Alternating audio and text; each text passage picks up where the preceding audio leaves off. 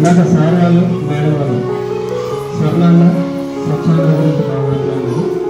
నేను పొగాకు గురించి మనకు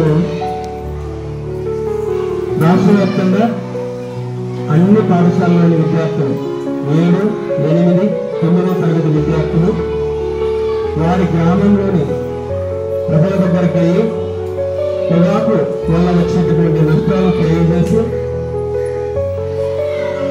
వారి నుంచి పొగాకు అంటే వాళ్ళు పొగాకు వినియోగిస్తున్నారా లేదా అనేటటువంటి సర్వేలో భాగంగా గ్రామంలోని ప్రతి ఇంటికి వెళ్ళి ఆసక్తి ఉన్నటువంటి విద్యార్థులందరూ కూడా 7, 8, 9 ఈ 3 క్లాసులు. సో వాళ్ళు ఏ విధంగా గ్రామంలోకి వెళ్ళి ఆ గ్రామంలో పొగాకుకు వ్యతిరేకంగా చేస్తున్నటువంటి ఈ కార్యక్రమం ఈ ప్రచారాన్ని ప్రజల్లోకి తీసుకెళ్లి వాళ్ళ నుంచి ఏ విధంగా సమాచారాన్ని సేకరించాలనే దాని మీద క్లాస్ టీచర్స్ 7, 8, 9 ఈ క్లాస్ టీచర్స్ బోర్డు మీద రాస్తారు.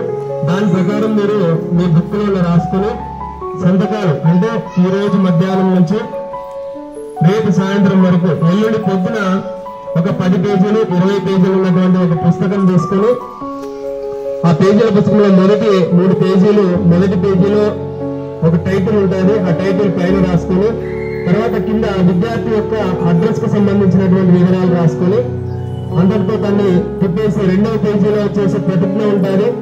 పొగాకుకు వ్యతిరేకంగా ప్రతిజ్ఞ ఉంటుంది. ఆ ప్రతిజ్ఞను కూడా రాస్తారు. సో అది 2వ పేజీలో రాసుకోవాలి. నెక్స్ట్ 3వ పేజీలో సర్వే అంటే మీరు ఎవరు సర్వే చేస్తున్నారు, ఎందుకు సర్వే చేస్తున్నారు అనేది ఒక టేబుల్ రూపంలో ఉంది.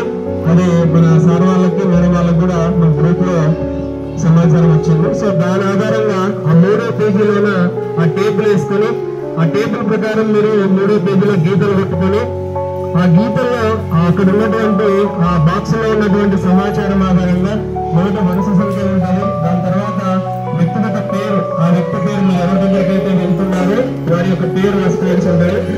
దాని తర్వాత వాళ్ళకి అలవాటు ఉందా లేదా అంటే బీడీ కానీ సిగరెట్ కానీ వాళ్ళకు తాగే అలవాటు ఉందా లేదా అనేది మీరు అక్కడ టిక్ చేయాల్సి ఉంటుంది. తాగే వాళ్ళైతే గిన టిక్ పెట్టాల్సి ఉంటుంది. ఒకవేళ ఆ పొగాకు కానీ బీడీ కానీ ఇంకోటి నసిం ఆడవాళ్ళను కూడా మీరు సర్వే చేయాల్సి ఉంటుంది. ఆడవాళ్ళ పేరు రాసి నసిం కూడా పొగాకు ఉత్పత్తి.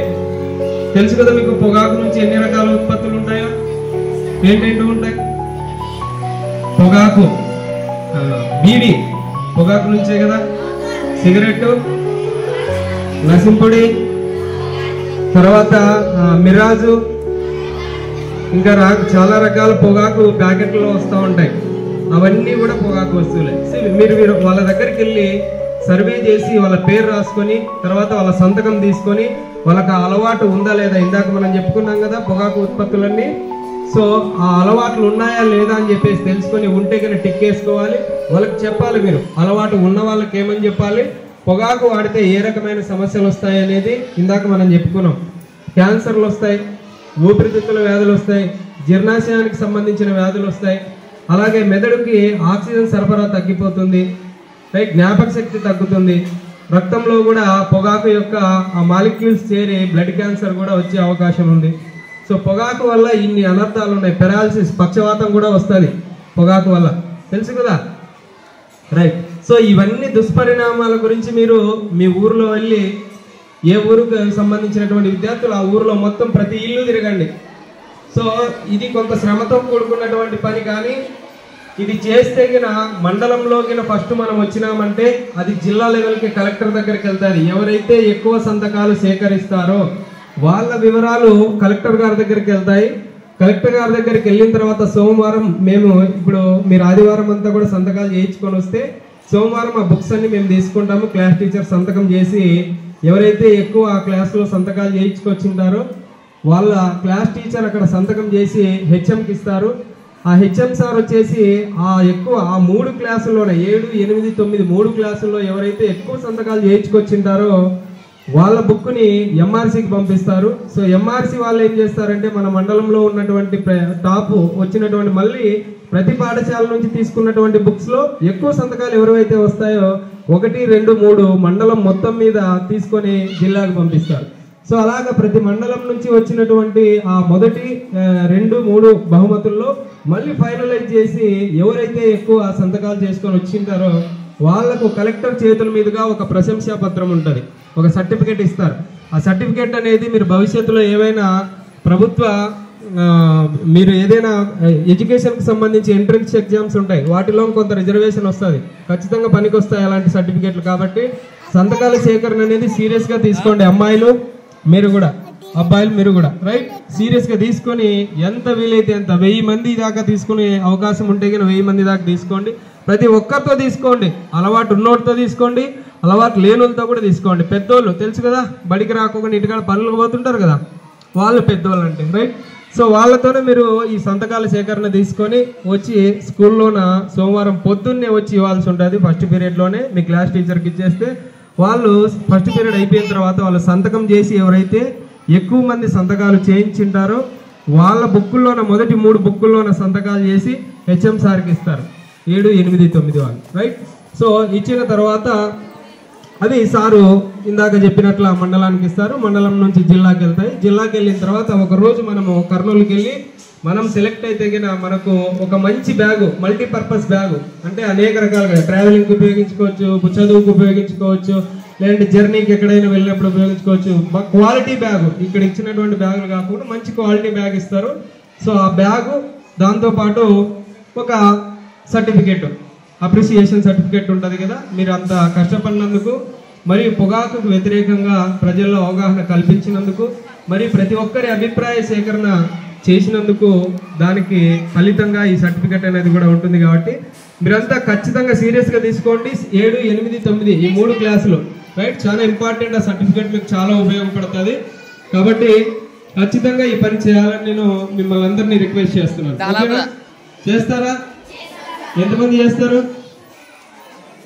7, 8, 9 ఇందులో బీడీ తాగే వాళ్ళు కూడా ఉంటారు. చెప్పండి, ఏంటంత తాగుతారా? బీడీ తాగుతావా? బీడీ తాగే వాళ్ళు చేతులెత్తండి. తప్పు లేదు లేదా, మంచి అలవాటు అది. వాడు తాగుతాడంట, వాడు ముగ్గురే మంచోళ్ళు అయితే ఈ మొత్తం మన స్కూల్లో 3 మంచోళ్ళు ఉన్నారు. మంచి అలవాటే లేదా, తొందరగా క్యాన్సర్ వస్తుంది, తొందరగా మెదడు చెడిపోతుంది, లివర్ పోతుంది, బ్లడ్ క్యాన్సర్ వస్తుంది. మంచి అలవాట్లు ఇవి. 3 ఉన్నారు. తాగొద్దండి, రే తాగొద్దండి, ఓకేనా? దాంతో పాటు వినండి, ఒక ముఖ్యమైన విషయం ఏంటంటే మనము ఎకనామిక్స్ జియోగ్రఫీలో ఒక లెసన్ ఉంది, వనరులు అని. ఉందా లేదా? ఏంటి వనరు అంటే?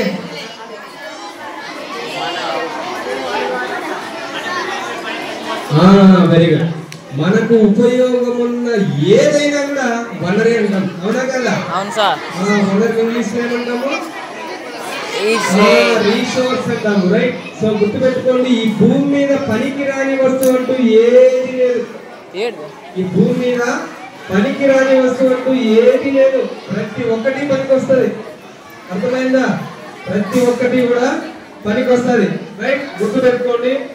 కాకపోతే ఏంటంటే దేన్నైనా కూడా ఎప్పుడు వినియోగించాలి? రే గొడ్డు మీద వేసుకుంటా, స్ట్రైట్ కూర్చో. దేనినైనా కూడా ఎప్పుడు వినియోగించాలి, ఎంత వినియోగించాలి, ఎలా వినియోగించాలని 3 తెలిసి ఉండాలి మీకు. అర్థమైందా? టీ తీసుకొచ్చేకి ఏం ఉపయోగించాలరా? జాము, లేకపోతే బకెట్, లేకపోతే ప్లాస్క్, ఏదో ఒకటి ఉపయోగించాలి, అవునా?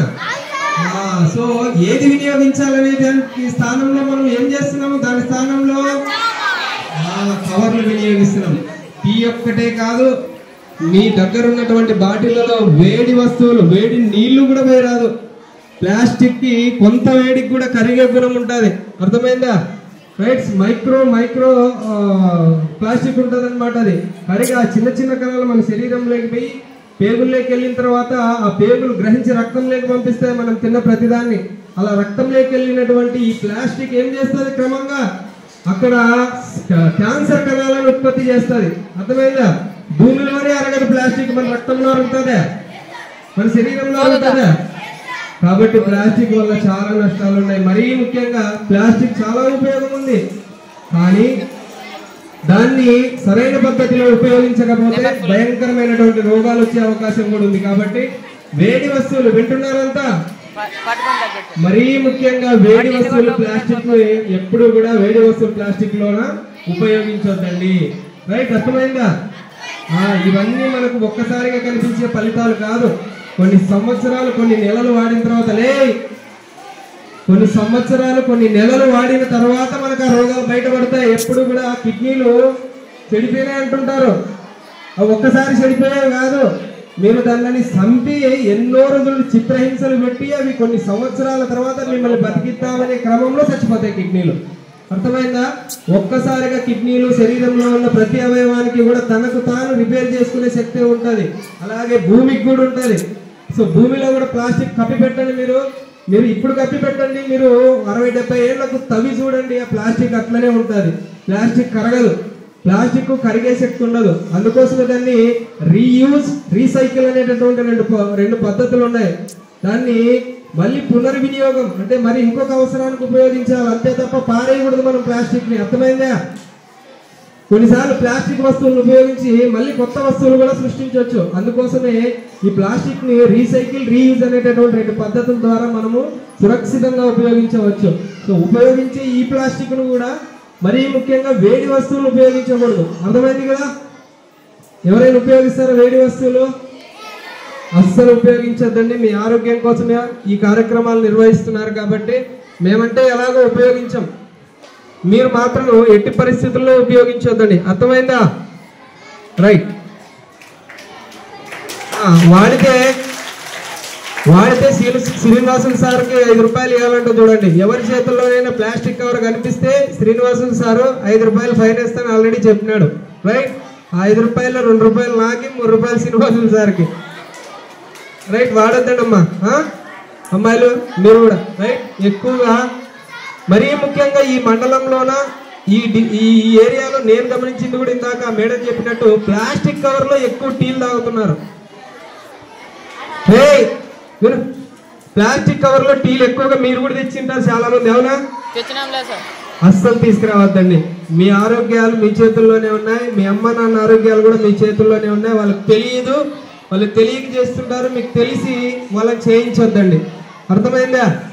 కాబట్టి ఇది గుర్తుపెట్టుకోండి. తర్వాత 7, 8, 9 తరగతుల class teachers madam, 7, 8, 9 class teachers board మీద వాట్సాప్లో ఒక మెసేజ్ వచ్చింది, దానికి అనుగుణంగా బోర్డు మీద రాస్తారు.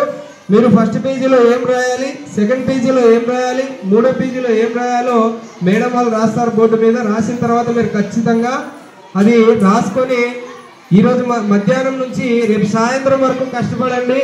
ఎవరికెవరికి జిల్లా కలెక్టర్ చేతి మీదుగా పేపర్ కూడా వస్తుంది, మీ పేరు 7, 8, 9 పేపర్ కూడా మీ పేరు వస్తుంది. కర్నూలు జిల్లా మొత్తం మీ ముఖం చూస్తారు, మీ ఊరు చూస్తారు, అర్థమైందా? అది గుర్తుపెట్టుకోండి. కాబట్టి ఈ అవకాశాన్ని సద్వినియోగపరచుకొని జిల్లా స్థాయిలో మీరు మంచి పేరు తెచ్చుకోవాలని ఈ కార్యక్రమంలో భాగంగా నాకు ఈ అవకాశాన్ని ఇచ్చినందుకు పెద్దలందరికీ ధన్యవాదాలు తెలియజేస్తున్నాను.